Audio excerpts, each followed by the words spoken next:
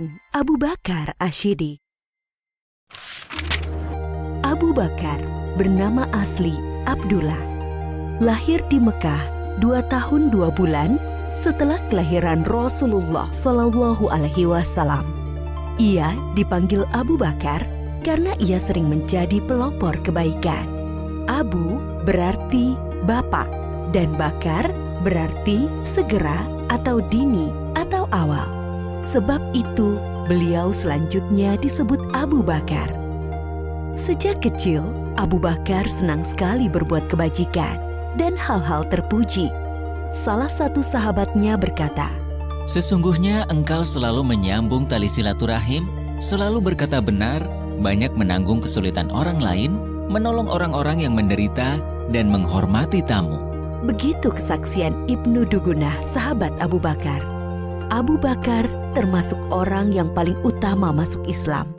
Ia adalah sahabat Nabi Muhammad Shallallahu Alaihi Wasallam yang paling setia, mendampingi Rasulullah sejak masuk Islam sampai meninggal. Ketika Nabi Muhammad Shallallahu Alaihi Wasallam berhijrah dari Mekah ke Madinah, Abu Bakarlah yang menemaninya. Pada saat itu, Kamis 27 Safar tahun ke-14 kenabian, waktu tengah hari, Rasulullah Shallallahu Alaihi Wasallam mendatangi Abu Bakar di rumahnya. Abu Bakar berkata, "Demi Allah, beliau tidak akan kemari pada saat begini, kecuali ada urusan penting."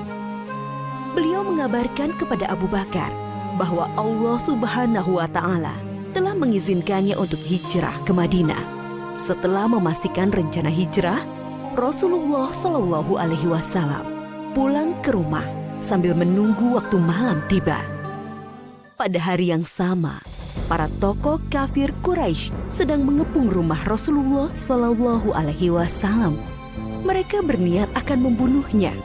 Setelah lewat tengah malam, mereka meyakini inilah cara terakhir untuk menghentikan Rasulullah berdakwah kepada Islam. Ketika malam semakin larut, Rasulullah keluar dari rumahnya menuju rumah Abu Bakar tanpa diketahui oleh orang-orang yang memusuhinya. Lalu mereka berdua berusaha keluar dari Mekah sebelum fajar menyingsing. Mereka justru menuju ke arah Yaman, arah selatan Mekah, tidak langsung menuju ke Madinah.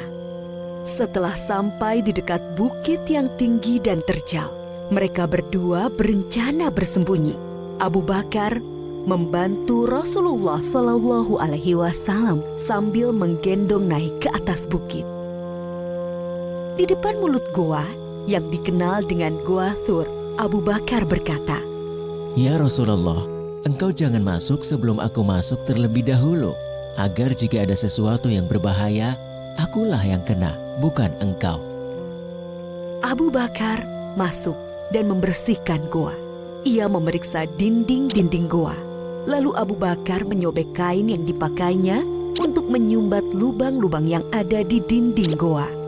Setelah itu ia berkata, "Silahkan masuk ya Rasulullah." Rasulullah masuk ke dalam goa, lalu menyandarkan kepalanya ke sebuah batu dan memejamkan mata.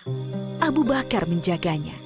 Tiba-tiba kaki Abu Bakar disengat oleh binatang berbisa dari balik lubang yang disumbatnya. Ia berusaha tidak bergerak sambil menahan rasa sakitnya karena khawatir akan membangunkan Rasulullah. Namun, rasa nyeri yang sangat membuat air mata Abu Bakar menetes dan mengenai wajah Rasulullah Shallallahu Alaihi Wasallam. Rasulullah terbangun dan bertanya, "Apa yang terjadi, wahai Abu Bakar?"